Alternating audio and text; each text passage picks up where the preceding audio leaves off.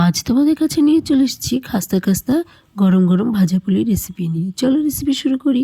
এখানে বেশ খানিকটা নারকেলের পুর করে নিয়েছি, আর এখানে মুগ ডাল ভাজা করে নিয়েছি। তারপরে কড়াইতে জল ঢেলে চাপা দিয়ে সিদ্ধ করে নিলাম।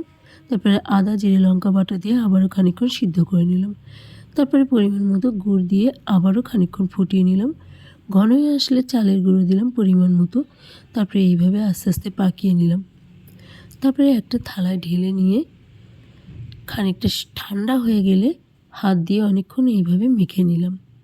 তারপরে একটা ভিজা কাপড় দিয়ে ওই মণ্ডটাকে চাপা দিলাম। তারপরে ওই মণ্ড থেকে একটু একটু করে নেচে নিয়ে একটা একটা করে এইভাবে বাটি মতো করে নারকেলের পুর ভরে মুখ মেরে দিলাম। এইভাবে সব কটা বানিয়ে নিলাম ভাজা পুলিগুলো।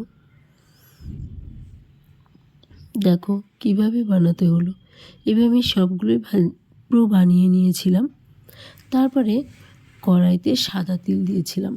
সাদা তেলটা বেশ গরম করে নিয়েছিলাম, তবে খুব কড়া গরম নয়। খুব কড়া গরম হয়ে গেলে পুলিগুলো দেওয়ার সাথে সাথেই ভাজা হয়ে যাবে বা পুড়ে যাবে, কিন্তু ভিতরে কাঁচা থাকবে।